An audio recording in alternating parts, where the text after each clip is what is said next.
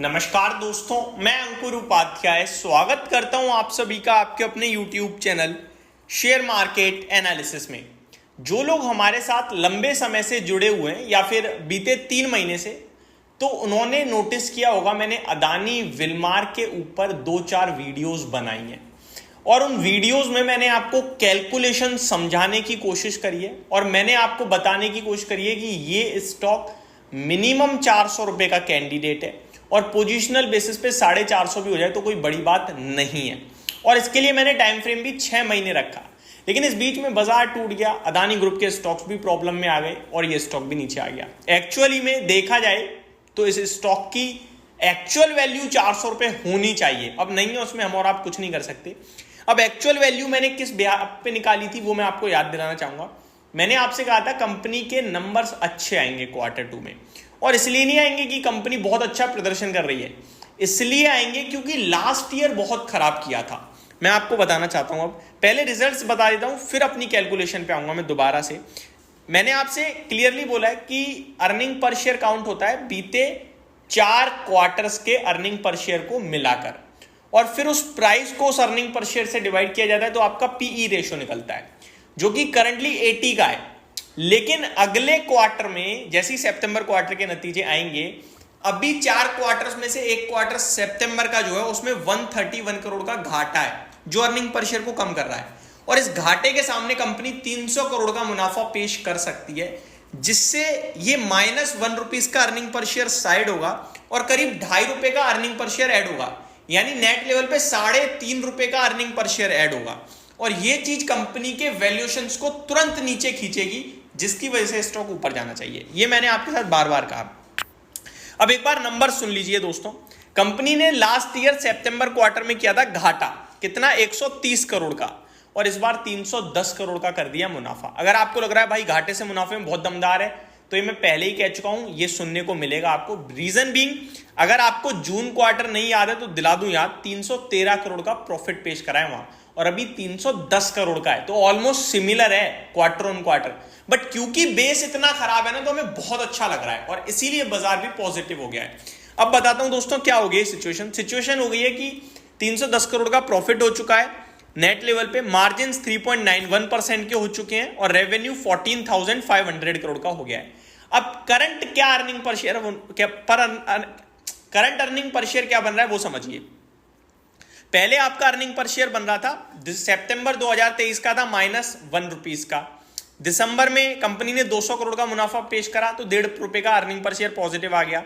फिर मार्च 2024 में 157 करोड़ का प्रॉफिट पेश करा और 1 रुपए 21 पैसे का अर्निंग पर शेयर आया, और जून 2024 में 313 करोड़ का प्रॉफिट पेश करा तो 2 रुपए 41 पैसे का अर्निंग पर शेयर आया। अब अगर इन 4 क्वार्टर्स के अर्निंग पर शेयर को मैं काउंट करूं तो सितंबर तो 1 रुपए माइनस है, तो उसको बाद में माइनस करेंगे, पहले पॉजिटिव ऐड करते हैं।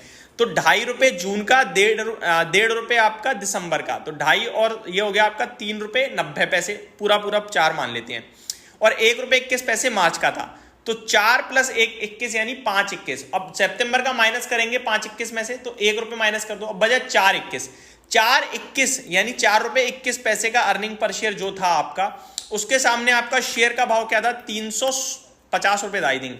तो 350 को डिवाइड करूं मैं अगर 4.21 से, तो 83 के पीई पे स्टॉक ट्रेड कर रहा था। लेकिन अब क्या सिचुएशन बनी सुनो, अब सिचुएशन बन चुकी है 310 करोड़ का प्रॉफिट इस क्वार्टर है, बीते 4 क्वार्टर ही ऐड कर सकते हो। अभी तक 4 क्वार्टर में एक सितंबर 2023 था, मार्च था, दिसंबर सॉरी, फिर मार्च और जून, ठीक है। अब ये सितंबर आ गया 2024 का, तो ये वाला आउट हो जाएगा, अब बीते 4 क्वार्टर ये रह गए। अब सितंबर 2023 में 310 करोड़ का मुनाफा है, जो कि होता है 2.5 रुपए का, 2.4 का अर्निंग पर शेयर आ गया।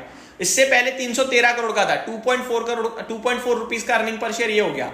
ये आपका मार्च क्वार्टर था, 157 करोड़ का प्रॉफिट, 1.21 का अर्निंग पर शेयर ये हो गया, और ये था आपका 201 करोड़ का दिसंबर 2023 का मुनाफा, जो था आपका 1.5 रुपए का अर्निंग पर शेयर। तो अब टोटल कैलकुलेशन क्या बनी, 2.5 और 2.5, 4 रुपए 80 पैसे तो ये बन गए, ठीक है, 240 480 हो गए।